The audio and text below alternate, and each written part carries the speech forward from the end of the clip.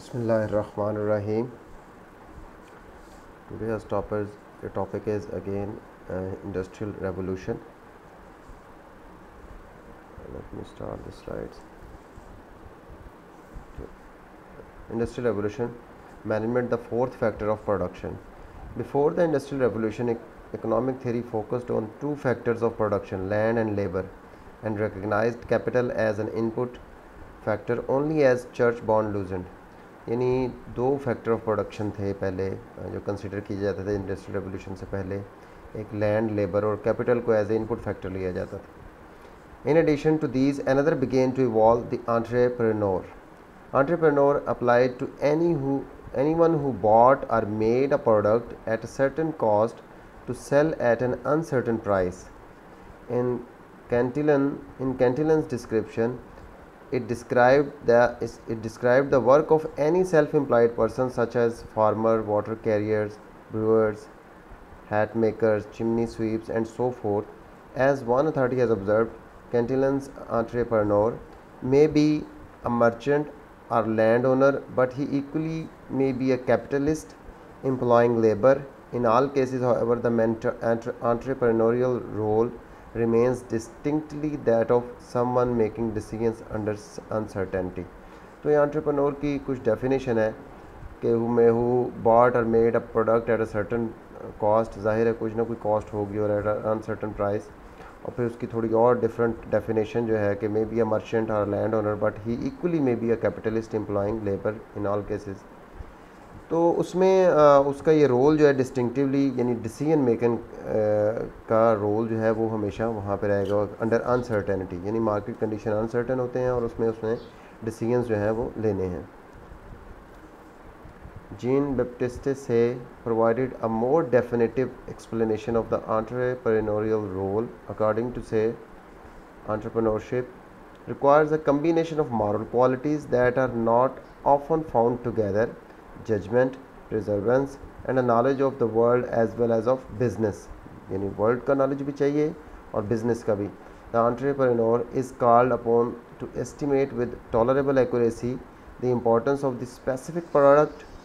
Number one, specific product, उसकी importance क्या है, the probable amount of the demand and the means of its production. ये उसकी demand क्या होगी मार्केट में, क्वांटिटी डिमांडेड क्या होगी और उसकी प्रोडक्शन कैसे होगी, उसके लिए किन किन रिसोर्सेज की ज़रूरत होगी. At one time he must employ a great number of hands, at another buy or order the raw material, collect labourers, find consumers and give at all times a rigid attention to order and economy. In a word, he must possess the art of superintendence and administration. यानी एक वक्त में उसने production को देखना है, demand को देखना है, प्रोडक्ट को देखना है और दूसरी वक्त में उसने रॉ मटेरियल, लेबर्स, कंज्यूमर ढूंढने हैं. देखें यानी ये सारे काम जो हैं ये एक एंटरप्रेन्योर ने, ये बड़ी कम्प्रिहेंसिव और ऑल इंक्लूसिव डेफिनेशन है.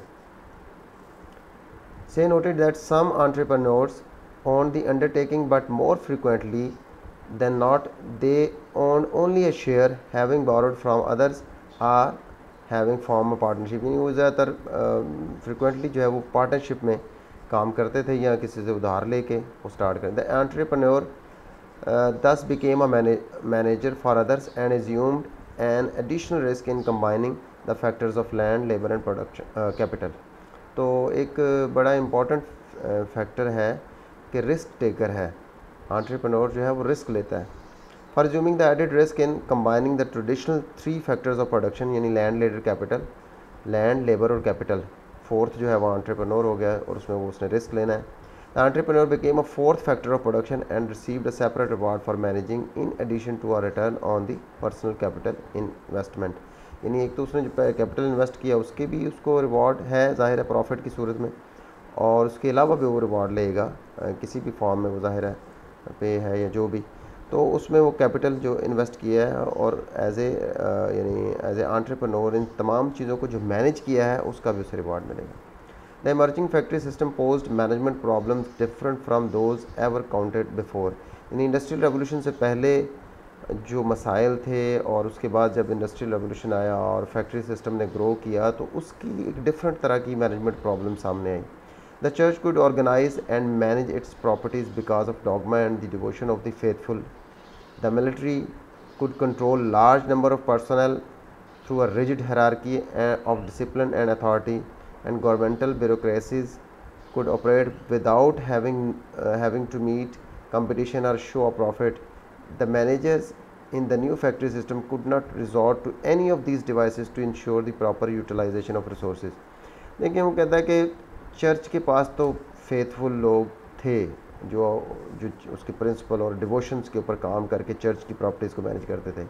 मिलिट्री की बड़ी रिजिड हायरार्की है और डिसिप्लिन है, मिलिट्री अपनी चीज़ों को ऐसे यानी मैनेज करती थी। गवर्नमेंट ब्यूरोक्रेसीज है, उनका अपना एक ऑपरेट करने का तरीका है और वहाँ कंपटीशन नहीं होता।